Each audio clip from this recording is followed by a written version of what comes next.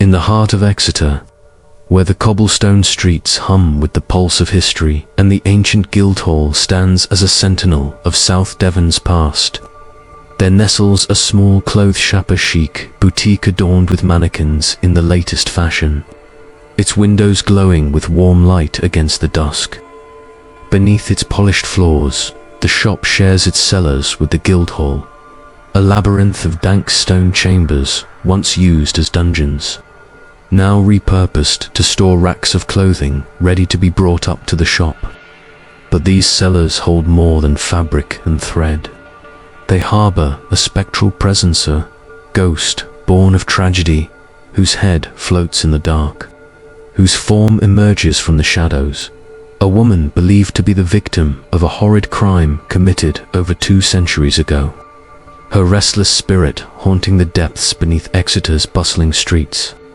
The story begins in the early 18th century, during the reign of George II, when Exeter's Guildhall doubled as a courthouse and jail, its cellars a grim dungeon where the city's worst were held awaiting trial.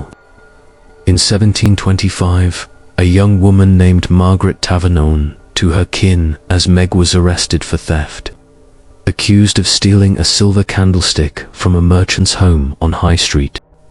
Meg, a seamstress of 24 winters, swore her innocence, claiming she'd bought the candlestick at market, but the magistrate, a stern man named Elias Harrowell, saw guilt in her poverty alone.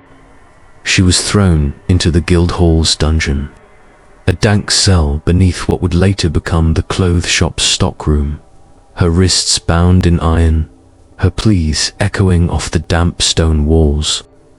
Meg's fate turned darker still when a drunken jailer named Samuel Yeo took a twisted fancy to her. One moonless night in November 1725, as the city slept above, Samuel cornered her in the cell, his intentions vile. Meg fought, her cries swallowed by the stone. But Samuel's rage overpowered her. A blade flashed in flickering lantern light, and her life ended in a pool of blood on the cold floor, her body hastily buried in an unmarked grave beneath the cell stones by a panicked Yeo who fled Exeter before dawn. The crime went undiscovered. Meg's disappearance chalked up to escape or illness, but her spirit, bound by the violence of her end, lingered in the darkness below, her sorrow seeping into the very earth.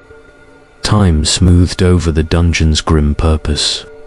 By the 19th century, the cellars had been repurposed, their stone floors cleaned and their iron bars removed, transformed into storage for the burgeoning shops above.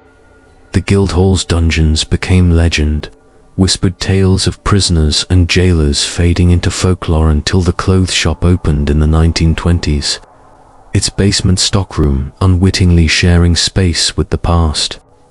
The first hints of a haunting came in 1935, when a shop assistant named Clara Drayton ventured below to fetch a rack of dresses and heard a faint rustling among the clothes knot, the skitter of rats or the creak of beams, but a deliberate rustling whisper, like fabric brushed by unseen hands.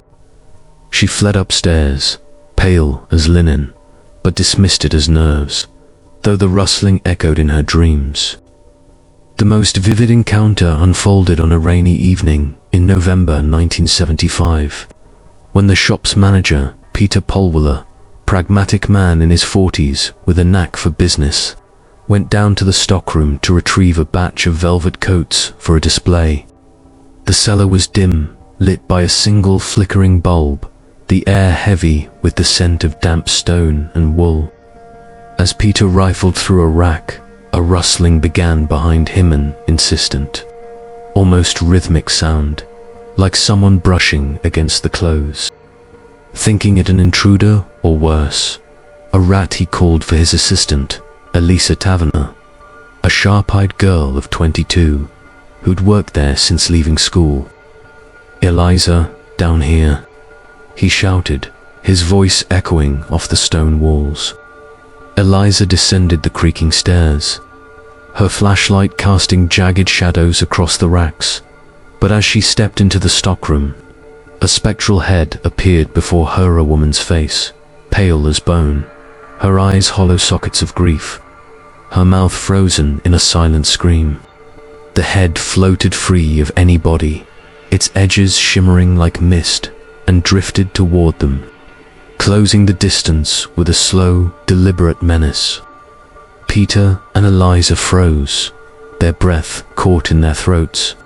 As it came within 2 feet, close enough to see the faint outline of a lace cap framing its ghostly visage before it vanished into thin air, leaving only a chill that clung to their skin like damp cloth. Elisa gasped, her flashlight clattering to the floor, while Peter clutched the rack for support, his pragmatic facade shattered by the apparition. The next night, shaken but determined to understand, Peter returned alone at closing, armed with a candle and a notebook. As he stood among the racks, the rustling resumed a ghostly whisper through the clothes and, this time, the complete figure of a woman materialized before him. She wore a tattered linen dress of 18th century cut, her face the same pale mask he'd seen the night before, her hands wringing a phantom kerchief as if in eternal distress. She stood there for a moment, her hollow eyes fixed on him, before vanishing as swiftly as she'd appeared, leaving the scent of damp earth and a faint echo of a sob in the air. Peter, his hands trembling, wrote down every detail: her dress, her sorrow, her sudden absence, convinced she was more than a trick of the light. Word of the haunting spread through Exeter, whispered among shop assistants and patrons, until a local historian named Thomas Drayton visited in 1979, piecing together the tale of Margaret Taverner from fragmented records and folklore. He speculated she was the victim of a horrid crime, a murder in the dungeon over 200 years ago, her spirit bound to the cellar where her life had bled out. Thomas suggested a blessing by the cathedral's vicar, but the shop owner, a practical woman named Clara Harrowell, declined, fearing it might drive away the curious who now flocked to buy clothes, hoping for a glimpse of the ghost. In 1995, another assistant named James Williams saw the spectral head while fetching scarves, its hollow eyes locking onto his before it vanished within 2 feet, as always, leaving him trembling among the racks. The haunting persisted, rustling in the clothes, a floating head, a full figure glimpsed in fleeting moments, Meg's spirit, a mournful echo of a crime unavenged. Today, the clothes shop thrives beside the Guildhall, its cellars still a stockroom, though assistants tread lightly below, their ears pricked for rustling, their eyes wary of shadows. On rainy nights in November, when the air grows heavy with history, some claim to hear a faint sob or catch a glimpse of Meg Taverner, a woman in tattered linen, her sorrow bound to the dungeon beneath Exeter's streets, her ghostly presence a reminder of justice denied. Many thanks for treading this tale's dark path. If its chill gripped you, follow, subscribe, and comment below.